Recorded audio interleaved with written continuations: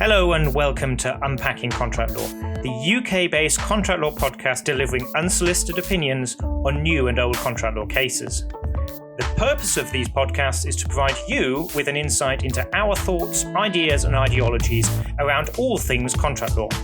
It also provides us with an outlet for all our opinions, so you listen at your own peril. Each podcast will feature a new contract law case with a discussion from 3 contract law enthusiasts. And it is thus my great pleasure to introduce you to Maggie Hemsworth, Severine Saintier, and myself, Tim Dodsworth. Welcome to Unpacking Contract Law. Welcome, dear listener. This is podcast number 6 in our series of Unpacking Contract Law. And I'm joined as ever by my colleagues, Doctors Saintier and Dodsworth. And my name's Maggie. So I don't know if they're going to say anything. Are you going to say hello, chaps, to the listener? Hello. Hello, hello, hello. There you are. Just to prove that I am not talking to myself. In this podcast, I am. Normally I am. In this podcast, we are going to look at the case of Transfield Shipping of Panama. Sounds very exotic. And Mercator Shipping Inc., sometimes probably better known in all shipping cases by the name of the vessel. And this one is the Achilleas, if I'm saying it correctly. Just an introduction, I came across a lovely quote by McGarry J, and I just give it now because I think it's pertinent. He once said that the law reports are a survey of the wrecks of unsinkable cases. And today's wreck, I'm afraid, is Transfield Shipping and Mercator, the Achilleas. This case actually has a number of connections with the last podcast, which you might remember, dear listener, was the new flamenco. So the connections are these, really, both shipping, both concerned with breach of contract and with damages. So lots of common threads. The new flamenco one was about causation. That is to say, the factual linkage between the breach and any losses or gains which need to be brought into account in the case of a breach situation. The case today is also looking at breach and damages, but looking at another aspect of that, and it's rather a peculiar term, I suppose, but lawyers use this term remoteness. And this is really about the rules by which the law seeks to limit the damages, because if you think about it, causation might be a very rough and ready restriction on what I might call the domino effect. It could go unlimited, as it were, and that's conceived to be rather an unattractive proposition. Because the damages might be wholly unpredictable and at large, as it were, and that might serve as a disincentive to contracting. So that's the background. That's what this case is about. So if I give the facts very briefly and what the House of Lords, actually, this one decided, then I can pose some questions to my esteemed colleagues here. So the facts in brief. Mercator Shipping are or were the owners of the vessel, the Achilleas. And going back a few years now, January 2003, they agreed charter party terms with Transfield Shipping. And the daily rate then agreed was $13,500 US. And in September, there was an amendment and they extended the period and changed the rate. The rate had gone up a wee bit. It was at that point $16,750 US. So gone up a bit, but not a great amount. By April 2004, the owners fixed what they call a follow-on charter with a third party. And the rate had increased dramatically over that period of time. Actually, it was then standing at $39,500 US as a daily rate. So the market had risen very sharply between September 2003 and April 2004. The inevitable happened, I suppose, so it ends up as a case. The vessel was delayed. The charterers were late in sending the vessel back. In effect, they were in breach. And they were in breach by about 9 days. But the owners, Mercator, had no option to renegotiate the follow-on charter. And so they had to revise the rate down a little bit, down to 31.5 actually, thousand US dollars for the daily rate. But that follow-on charter was to run for 191 days. It was quite a long charter. Mercator claimed damages. This is where we get to the legal bit, I suppose. Claimed damages against Transfield at the daily rate of loss. That much is entirely conventional. So the difference between the £39,500, dollars that they originally agreed, compared with the new rate that they were forced to concede, that's $31,500. So the daily rate is around 8,000 US dollars. Fair enough.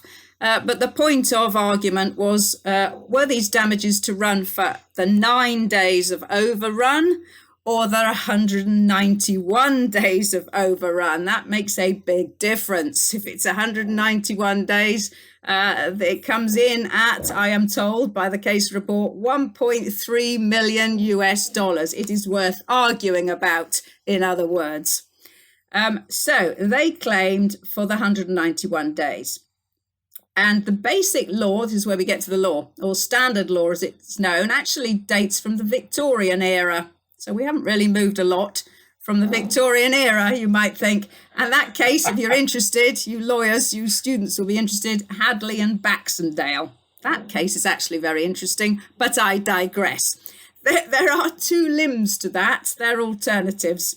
So the losses are recoverable if either they're within the presumed reasonable contemplation of the parties as a serious possibility arising in the usual or natural course of events, the sort of obvious kind of damages that you might imagine, I suppose.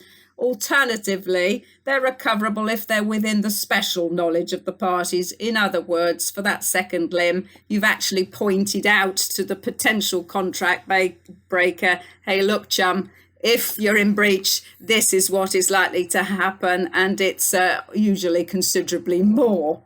And the theory is that the contract breaker or potential contract breaker has some opportunity of altering his stance. Perhaps he charges you a different amount of money in the contractual terms, or he takes out liability insurance, which might be a smart thing to do. Anyway, this case is only about the first limb, that is the usual or natural course of events. And we've got three levels of courts effectively here. The arbitrators, because it was an arbitration, a dispute in the first instance, the High Court and the Court of Appeal, all found in favour of the owners. That is, they could claim for the 191 days, not just the 9 days. But the House of Lords, effectively Lord Hoffman again, bless him, said, no, you've got that wrong. How often he is likely to say to someone, you've got that wrong, and reversed that. I think it's probably fair to say that Lady Hale came close to dissenting. That's what the textbooks say. It read like a dissenting judgment, and then she swerved at the very end to agree, but it was a bit half-hearted. And she even refers to something, I'm going to mention this now before I ask the question because it struck me, a deus ex machina, which is sort of ancient Greek, when the Greek gods in a theatre would save the day. And I can see Severine's looking bemused at this. Deus ex machina, I had to look it up. In ancient Greek times, in the theatre, if you had a plot that you couldn't really solve logically, reasonably, with the people already on stage, as it were, what they did is they brought in a god in a machine. And it's, if you like, explaining the unexplicable. So by intervention of the gods, you've got a remedy and a cure. So she actually refers to that. I suppose it's a very kind way of saying this looks like sleight of hand. This looks like, very creative lawyer-like making. So now we get possibly to the points of disagreement between Severine, Tim and I. So do we think that that decision was right? Because Lord Hoffman basically says, this is the question, he says, in his way, in his inimitable way of saying how simple this all is, you are all so thick and I'm so smart.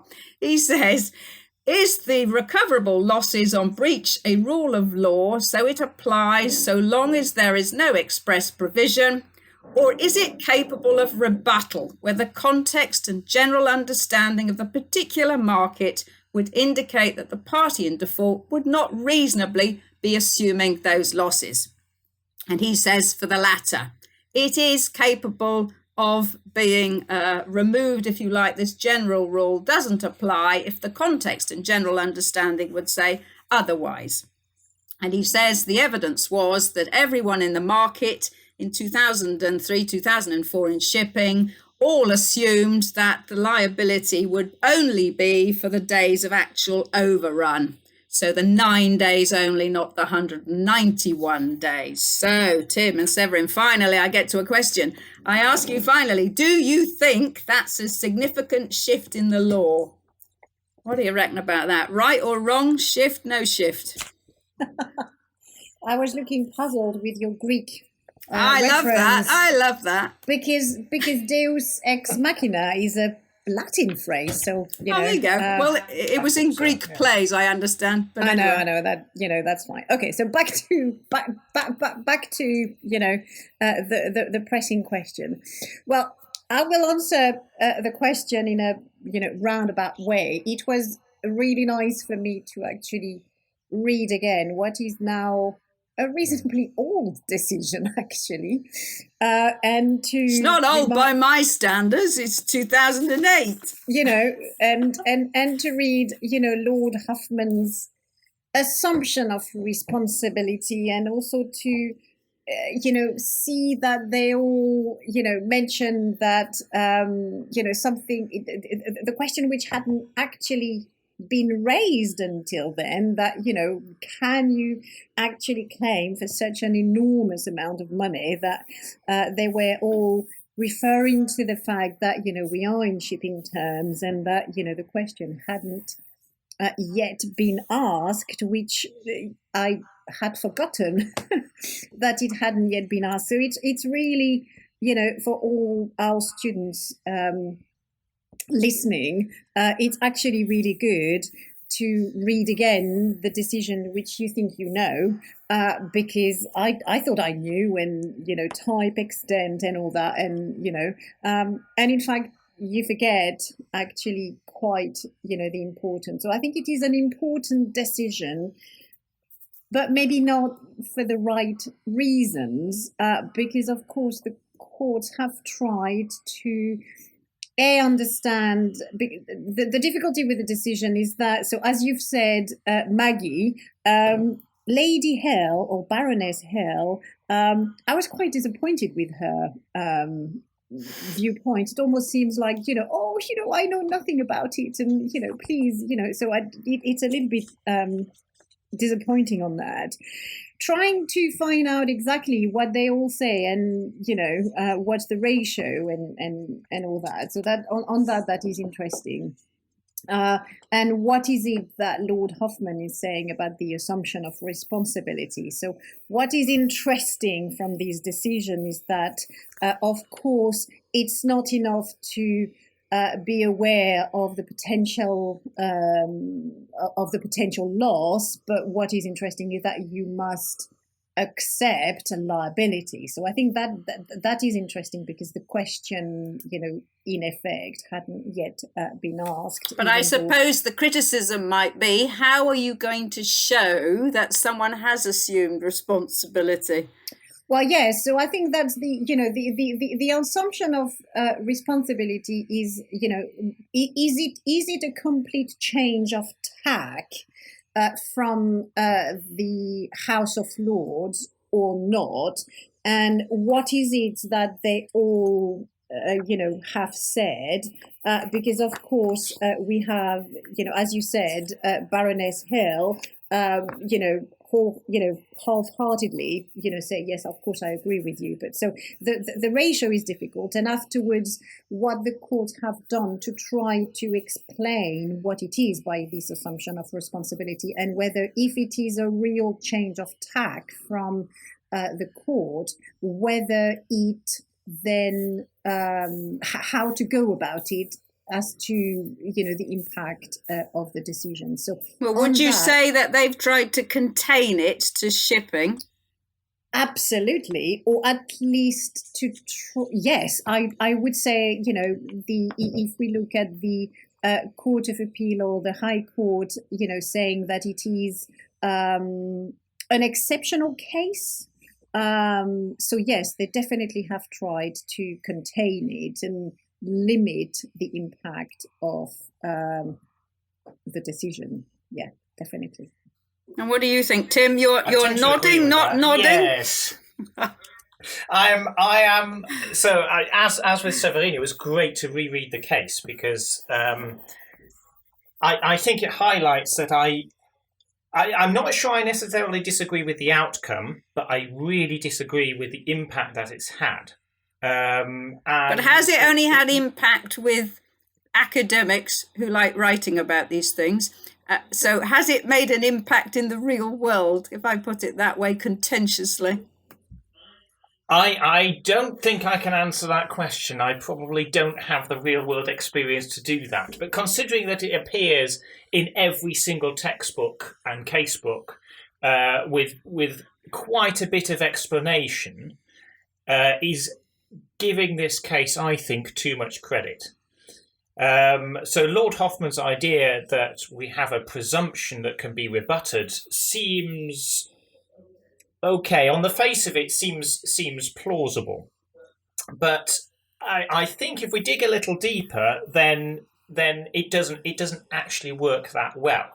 Now there are two things here I think we need to have a look at. One is I get the feeling this case would never have been decided in this way if the damages were about half the size. Shouldn't make any difference, though, should it? That shouldn't make any difference. I think it does. And that's exactly the point. I think that's exactly the point, is that this would never have been decided in that way. And that's a little bit, I think, what Lord Hoffman is trying to get around by saying, well, okay, first we'll identify the type of loss, the kind of loss, and then we'll get on to quantum. And that's a whole different But test. Don't you think the killing point is where Lord Hoffman seizes on the findings of the arbitrators, that at the time, nobody in the market thought that there would be damages for more than the overrun period. I think that's the killing point. That's explained later on quite nicely when we look at the whole where that comes from, namely the whole legitimate last voyage and the approval of that, and that being an indication that they. Yes, I think there is something there. In fact, I think if we really wanted to go about this, and I'm not sure whether it's Hoffman or one of the others that go to the area of saying, well, actually, there could be more of an implied term here. Not by necessity, but possibly by custom. Now, I think that possibly fixes it a lot better. This is not a question of remoteness at all, because did the loss flow from the breach? Yes, it did. Right? They didn't deliver it back, and therefore they had to renegotiate the contract. I think there's no question there. Okay, I'm waiting for a reaction. Well, I'm just wondering, why did nobody argue implied term by custom? Is that because it's so difficult to actually prove, notorious? But it's actually mentioned here, right? They're using the word custom. They're using the word implied. It's right there. It's staring us in the face. In fact, if we have a little look, I think Lord Hoffman even mentions it when he says there is, I think, an analogy with a distinction which Lord Cross, the Church drew in Liverpool City Council and Irwin between terms implied into all contracts at a certain time and the implication of terms into a particular but he's saying contract. by analogy. By analogy, it's not the same thing. No, but what it means is that it was right there. The opportunity was right there to approach this on this basis, and actually we're still going into the remoteness. And I don't think it works. I tell you what, it occurs to me that Wells and Devaney is a very neat, close analogy. And obviously it's not Lord Hoffman because it's a much more recent case and he's long retired. But if you think about the approach that was taken in Wells and Devaney, it wasn't by an implied term. Again, it was this particular market, buying and selling when a estate agent's commission is payable. In that particular market, although they didn't articulate it, the parties, it was effectively by inference agreed by them that the commission would be paid on the sale. This one is very close to that sort of approach, in my view. Obviously, the laws are totally different because we've got, 10, 15 years apart time-wise, but in a weird sort of way, the approach in Achilleas is now entirely conventional, I would say, if you're looking at Wells and Devani, which is very recent, speaking of the Supreme Court. What do you think to that? Absolutely, and a reminder here, of course, that we do have a podcast on that topic of Wells and Devani, I believe. So if anyone wants to listen to that, that's right there. Again, absolutely. So I'm absolutely. saying, assuming that people are listening chronologically. But the textbooks should, you say textbooks. I don't think practitioners are terribly excited about this case. That would be my view. But textbooks are excited about this case, and that's one of your bemoans about it. These textbooks writers should, I would suggest, be trying to draw these sorts of analogies with Wells and Devani, because I think that it works very neatly now. In relation, absolutely, and I think that fits better with what Lord Hoffman is saying about the assumption of responsibility and there being a general rule that you can contract out of. And I think that works because that's what implied terms are essentially doing, right? They're setting a framework, but if you expressly contract out of it, then fair enough. And that would be my argument here, which I think when Hoffman is referring to Professor Robertson's argument, my counter to that is they could have simply contracted out. Right? If this was really their intention, then they should have put it in the contract. And that is one of the basic standpoints of English law, which is, well, you could have put that in the contract. You didn't, so tough luck. But they didn't, because but if you take that view, then the law never really has anything to say in relation to implied terms, because you could say, you could have had an express term. Well, technically, I guess the implied terms are part of the contract. It is putting it in the contract, so long as we find that it's an implied term. But it's not been specified. It's not been made explicit. The same argument applies there. Why didn't you bother to make it absolutely clear? You could have saved yourself a lot of heartache. People don't, do they? The law has to cope with that. You see, perhaps they didn't, because it was never seen that it was thought about, so they did make an awful lot. I've never thought about it in terms of the, implied term by custom, because arguably here they made so much of the fact that the market condition and the shipping condition. So maybe when we have finished, this podcast, I'll actually go and read it again with a slightly different viewpoint on, whether indeed here, maybe that's what Lord Hoffman was trying to do. Well, I think somebody must have taken a view, some senior QC must have taken a view, we don't have enough to argue implied term by custom.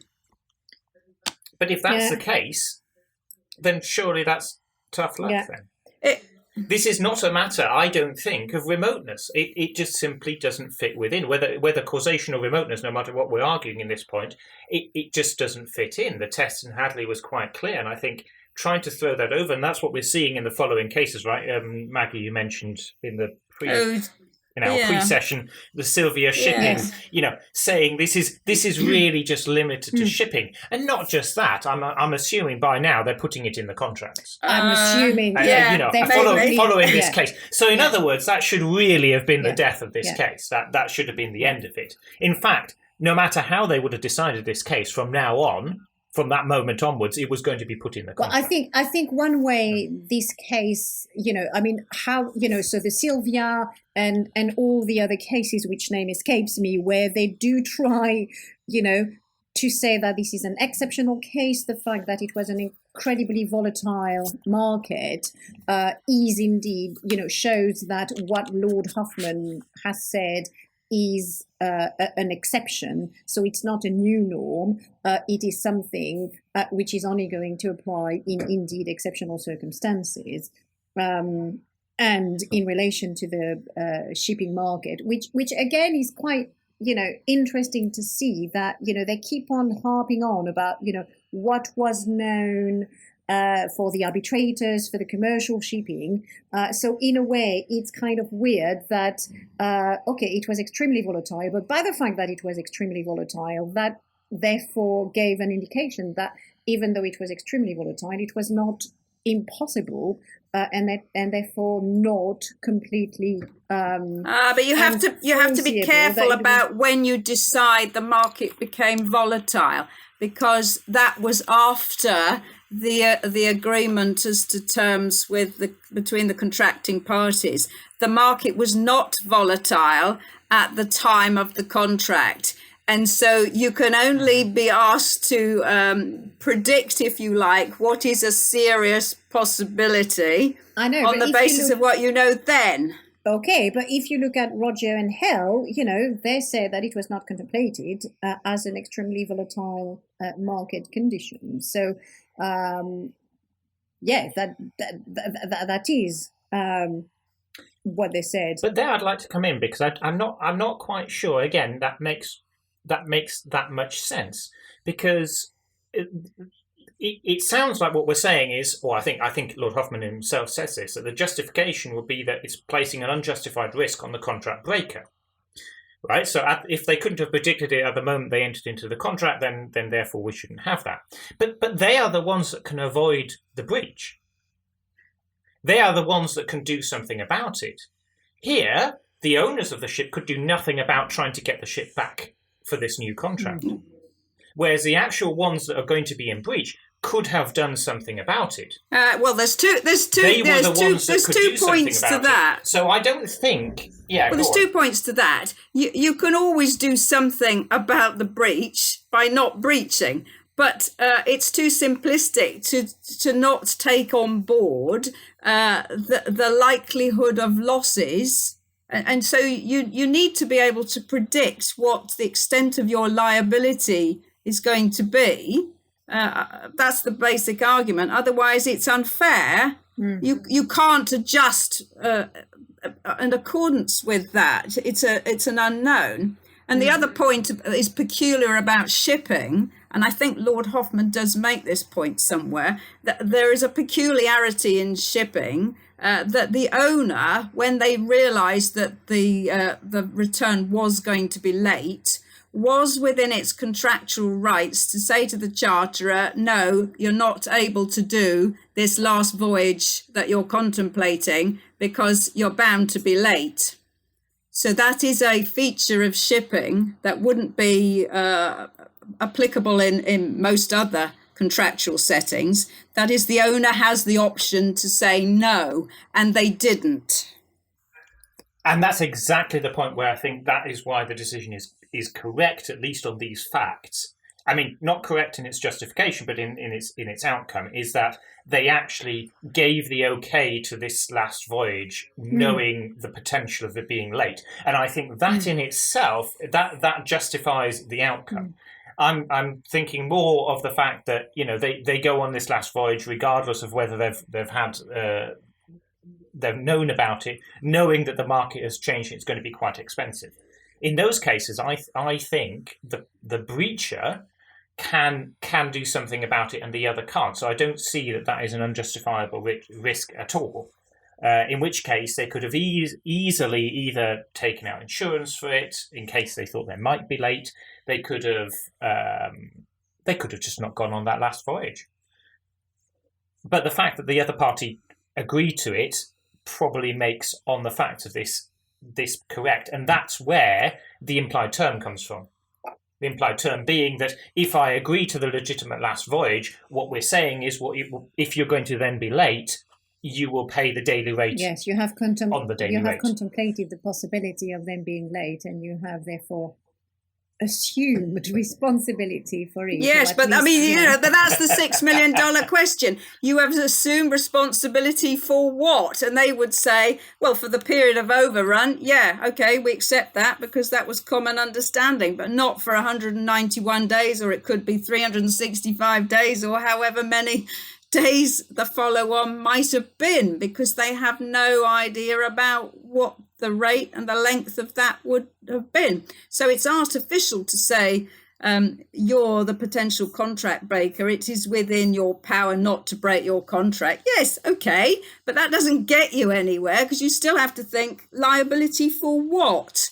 Breach is not the end of the story. It's halfway along the story, as it were. So breach for what?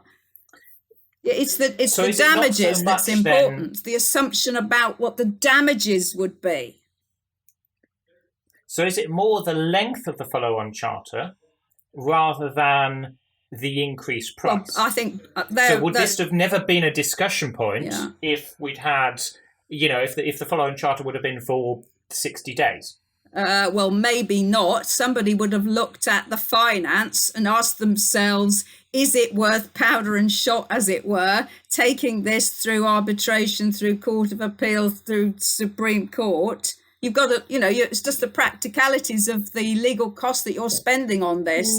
They might have spent far more and it wouldn't have been justified. So there might have been instances of this in the past where someone has taken the view, the run-on is 20 days. We're going to spend 5 times that amount in arguing this legal point.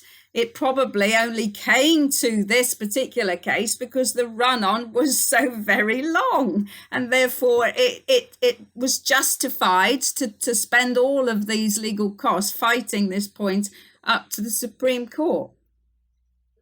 But then surely that falls within the Victoria Laundry kind of category, in which case we're saying, well, yes, we assumed that they might have a follow-on charter, but we didn't assume that it was going to be a follow-on charter for 100 Well, that comes back to That's not what you normally get in the shipping but that comes back to the old argument about, are these losses different in kind? And the Supreme Court are rowing back from that, though, aren't they? That Attorney General, Virgin Islands and Global Water.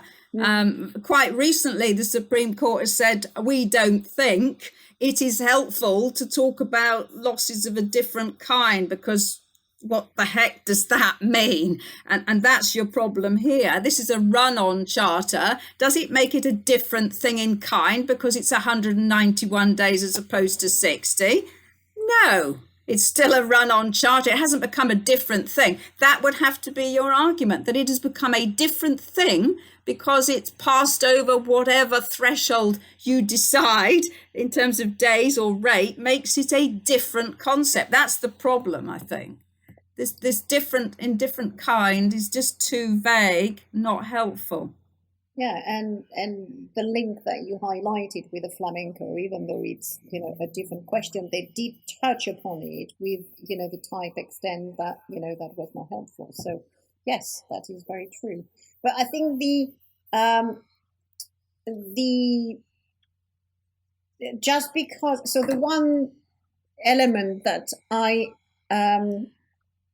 agree with Tim that just be the one element. Sorry, no, the one. Sorry, I'm trying to think. Sorry, Tim. I tried to think of my feet because I've just had a thought and I'm trying to articulate it. And thinking on my feet these days is quite painful and difficult and may not lead anywhere. But you see, now I've lost the train of my thought. I can't remember. No, I'm sorry. When Tim, you said that did was it contemplated? Did it flow on from the breach? Yes. And so the only thing that appears that it was such an enormous thing, such an enormous loss, and therefore that's why they tried to row back from the case on the distinction between type and extent. And so, but it is true that did it flow from the breach? Yes. So, yeah, can't. Well, that just shows you that causation as a technique or a legal point is a rather blunt instrument and can't be the end of the story. That's why we have these rules about remoteness, because otherwise the domino effect, as I said in the introduction, is so so unpredictable Yeah. and unknown that might create a real disincentive to taking these sorts of risks. And, we can talk gaily about the availability of insurance, but it might not be available, or it might not be available at a commercially acceptable price. And so that might be a disincentive, if you like, to shipping. And, we've seen recently with the Suez Canal being blocked for several days. I'm waiting for the cases to come I'm sure out. that'll be a discussion, won't it? That's not a good thing. A disincentive to commerce is viewed as not a good thing. No, that is very true. But I think we still have to remember in this, and then I will shut up on the topic. But there's still been a loss. One of the parties has still had a loss, and I think that is something that is forgotten even with the judges. It's what they're saying is, well, they squeezed every penny out of the market. Well, no, they've still had this loss of $1.3 million. Yes, an enormous. And okay, I will accept that because they allowed for the legitimate last voyage, they have taken on part of the risk. I accept that. But if they hadn't, then they are the ones carrying the entire risk for this. And I don't think, to come back to the fairness point, Maggie, I don't think that's fair. Because they have no influence whatsoever on being able to stop it from happening. Well, their main point of influence was to reject. Same argument. Yeah, you can was to reject that last vessel, that last voyage. Yes. So they did have all the control, actually. So in this case, I think that's correct. But if that hadn't been the case, I think this and the judges seem to be making no distinction between it, right? Whether they guaranteed the legitimate last voyage or agreed to the legitimate last voyage or not doesn't seem to play any role at all here. So, and I think that is probably another point that's it can't explicitly play a role because there is no home for it under legal principles. But it is mentioned in the judgment. It might subliminally have been in the background of one's thinking as judges, but they can't use it, I don't think, as part of the reasoning because it doesn't sit with any of the legal principles and fairness. Apart from an implied term as to custom. What, on the rejecting the last? No, the possibility of, or the fact that it is commonplace, you will apply for a legitimate last voyage, which the other party can either agree to or reject. Well, that's an express term. I think there's an express term in that charter that the owner could have rejected that last journey. Yes. But how are you going to use that express term now as a way of limiting the recoverable damages? It doesn't easily sit with any of the principles that we have. It doesn't place them in breach because they didn't exercise that right. It's an option to them. So it doesn't really help a great deal on the rules that we have. What do you think? Well, it would, because it extends. It is evidence that there was an understanding. There was an implied term that from then on, so long as it's part of that legitimate voyage, they would be paying a daily rate. That's not part of remoteness. That is then customary in that area. Yeah. So where's that getting you now with the claim for 191 days? Well, that's removing. That's removing entirely. Well, that achieves the same result, but places the whole test in a different light. But you would have to say. Anymore. Yeah. Well, I'm not sure how you can fashion that in terms of the legal rules that would limit the damages, because all you've got is an express right of the owner to refuse that last voyage. They're not obliged to exercise that right. It doesn't place them in breach of contract if they do so or if they don't do so. It is simply a right that they have. They didn't exercise that right. And it doesn't flow from that right that they have, that they will be liable for such an enormous amount of loss. Well, you can't fashion a legal rule, I don't think, that says if I don't exercise that right, if I choose not to do so, that in itself is going to reduce my damages because I had the right to control that last voyage and avoid that. You can't even see it in terms of mitigation of loss, because at this point you haven't got a loss. You haven't got a breach. So I think that's a problem with a clause like that, but it's peculiar to shipping. I don't see that it naturally applies in many, if any, other places. I can't think of anywhere else where you have. Well, I'm sure in some construction contract, because shipping cannot be the only industry where the losses are enormous. I'm sure in... Well, yeah, for sure. But the size of the loss is irrelevant, isn't it, when we're talking about the principles? I suppose the analogy might be a hire car. If we think very domestically and consumer for the moment, if you hire a car from, Avis or whatever it is, you agree to return it at a available. Indeed. It's the only one I can think of at the top of my head. You agree to send it back, deliver it back in good condition without any scrapes. We've all been there, haven't we? By a set time. And there's something written in the contract as to what you will pay thereafter. But, okay, fine. But the hire company who own the vehicle will be in difficulties saying, I could have agreed with someone else the double rate because the market had risen dramatically in the period that you were taking the car out. So if you'd not returned it late, I could have got double the daily rate from customer X, and by your breach, you have shortchanged me out of those losses. That would be comparable with what we're arguing now. But I think that's exactly what they could do. I think that's exactly what they could have done. I mean, the difficulty here is not. It is probably, is also the fact that the rate went down afterwards. But I think the hire company would be well within its rights to say, you delivered the car back late and therefore we couldn't give it to another customer. Now, the difficulty is, of course, that they have enough turnover that they can probably ameliorate that. It would be difficult to say, well, okay, you delivered it back late and therefore we couldn't hire it out to someone who was going to have it for 2 years.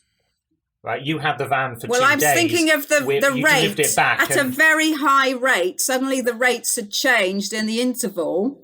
It would be hard to argue that because the rates at the time that you were taking out the car were not volatile. This is analogous now to the shipping case that we've got. So you as the hirer, you could not have reasonably have had in your mind the serious possibility of, say, the rates doubling over the 10 days that you were hiring, and therefore your being late would have had such a dramatic effect on the hire company. It's back down to the question of serious possibility. What was a serious possibility at the time you started the hire?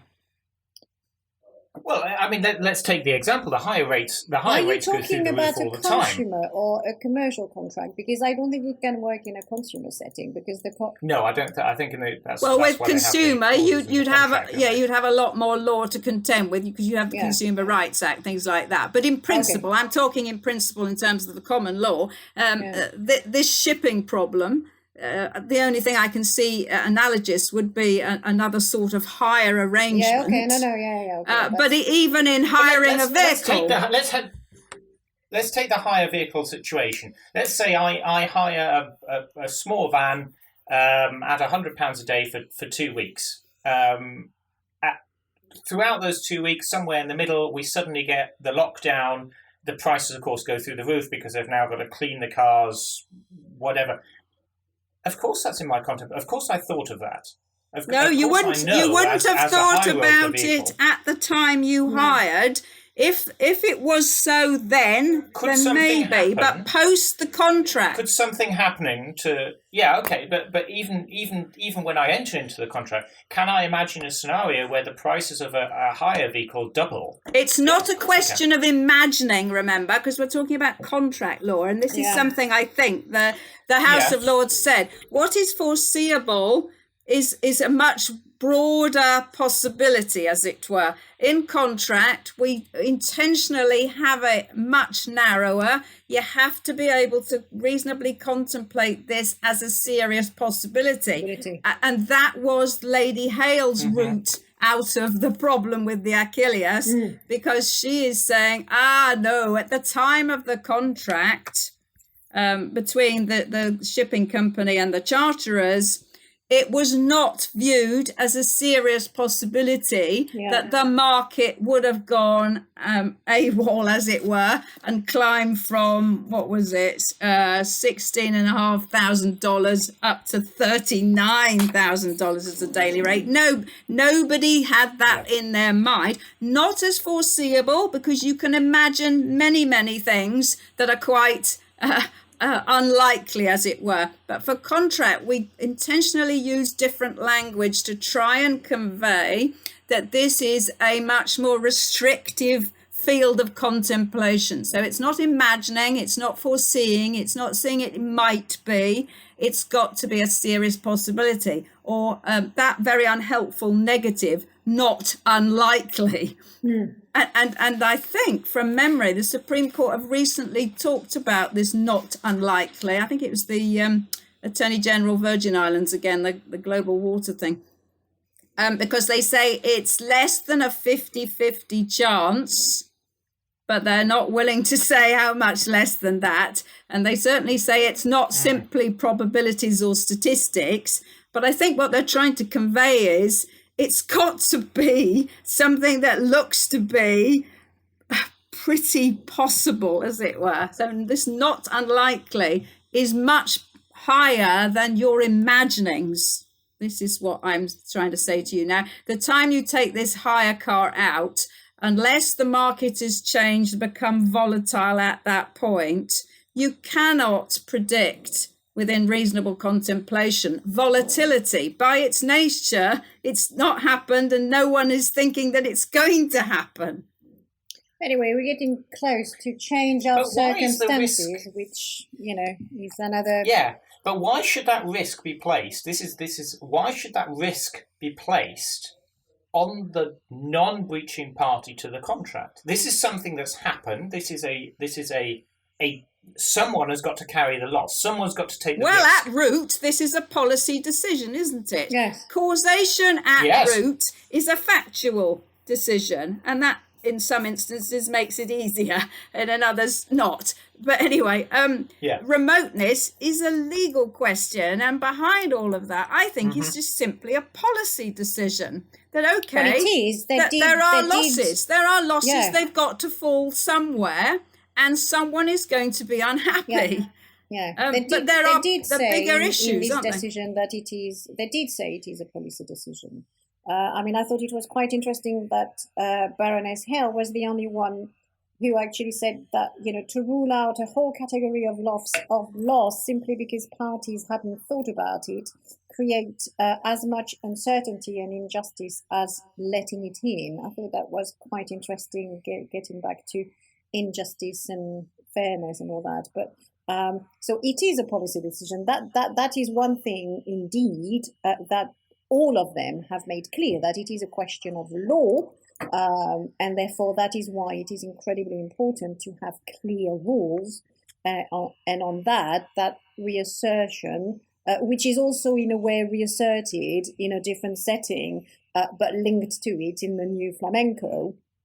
And I think also, I think that the case that I don't know whether we are talking about the same case, Maggie, but I think they were talking about the loss of chance, and when does the loss of chance become a certainty, and I think they were saying that above 90% it is. Oh, I think lots of chance cases are even harder, aren't they? I know, but that's different again. I think. I know, no. It's just it is quite interesting that some of the most recent cases appear by the Supreme Court, and we've had quite a few over the last few years, trying to put the rules in some kind of logical and clear setting. What have we been doing for the last 800 years, I wonder, now you've said that? No, that's not what I'm saying, but it again, only now we've got some clarity. no, that's not what I'm saying, but it's kind of it's really interesting to see how again, that's why it is so important to actually get back to some of these older cases to see how much the law has evolved. And so I think that's a really good lesson for me to go back to these cases, to reacquaint myself with them, but also that in some recent cases, the Magdesi, there is the new flamenco trying to make clear link between when there is through mitigation you have made a profit, and how so all these things, they are all interlinked. And maybe that's just suddenly for me after 15 years the penny suddenly drops. I don't know. All one can say is that's exactly what this podcast is. All one can say is thank God for the Supreme Court. No, but it is interesting to see the importance of reasserting or trying to put things that it is a question of law. Indeed, it is not right. So not only must the person who is suffering a loss cannot benefit from it, but nor is it right that the contract breaker is going to have too much of a burden. So that's why all this is incredibly important, and so therefore it is nice, I think, to see how far we have gone since this decision, and trying to untangle what Lord Hoffman has said. I suppose, I don't know about you, but I'm sort of reminded from time to time of Lord Steyn, who has written and said a number of times about most of the rules that we have, certainly in contract law, are designed to fulfill the reasonable expectations of business people. I go back to that quote. And fundamentally, that's at the root of all of these things that we're arguing about, isn't it, really? And striking that balance, because you're talking about fairness, Tim. It's the reasonable expectations of business people in order to support and facilitate business, because at the bottom line, that's what contract law is designed to do, isn't it? And I think that is a much better explanation for this case and that decision than any of the judges have delivered. So, Maggie, you should be on the Supreme Court. You reckon, do you? I think you're the only one who thinks that, my love, but I'll take that. Thank you so much. That's praise indeed. So do we think that, well, you seem to think they got it right, but for the wrong reasons. I think that's what I would deduce out of that. That is the perfect summary, yes. Well, there you go. Agree. Sort of. We usually agree to disagree. Yes. I mean, I think that's a perfectly good position. I think Lord Hoffman's right. It was just unfortunate, maybe, that he used the phrase assumption of responsibility, because that enables people to seize on that and say, oh, hang on, that's a concept in tort law, and this is about negligence, and this has got no place in a contract law case. And I think maybe if he hadn't used that phrase or talked about South Australia asset management case where the assumption of responsibility had come from, people wouldn't have seized on it quite so much and said, oh, what the hell's he going on about here? This is tort law, isn't it? This is negligent. Lady Hale kind of like gets upset about that, I think. She thinks, hang on, assumption of responsibility, does that fit here? But I think all he really meant was you can't look at a term, you can't look at breach, you can't look at the scope of duty without stopping to think, what are you asking about? And really what you're asking about is, what is your responsibility if you fail all of those things? Yes. And so they're all interconnected. I suppose, as Severine, you were saying, they're all interconnected. And I think that's really all he meant, really. Duty lives with breach, but breach is not the end of the story. It's halfway through the story. Breach gives rise to what? And it's the damages point. Are you assuming responsibility for those damages? That's the language he used. And I think maybe we ought to think of a slightly different way of explaining it. But I think he was right. But then I would say that when I'm a bit of a fan. I was going to say there's a certain bias there. As Baroness Hill said, this could have been an exam question. But what did you say? Something that she said made me laugh or smile, at any rate. She said, talking about assumption of responsibility and working in the South Australia asset case law might be the difference between what she referred to as an ordinary first class and a congratulatory first class. She's talking about 85, 90% as opposed to some of us just sort of are happy to get 70%, but there you go. I know, she still would have given 70 to the other law lords. Okay. So I don't know. Yeah. Well, I'd take that. I'd be happy with 70. I don't know about you. Yeah. I'll be happy. I'll take that. People want to read it again. I've just mentioned this. Professor Fumpston, in his textbook, that's Cheshire, 5 Foot and Fumpston, for those who like to look these things up, he describes this as a very important and difficult decision. So there you are. So, that's a night. I'll agree on the first point, on the second point, less so on the first point. I don't know if we've poured any light into this day. Thank you very much. Thank you very much, Severine. Thank you very much, Tim. Thank you very much, dear listener, for bearing with us. And we hope to join you again next time.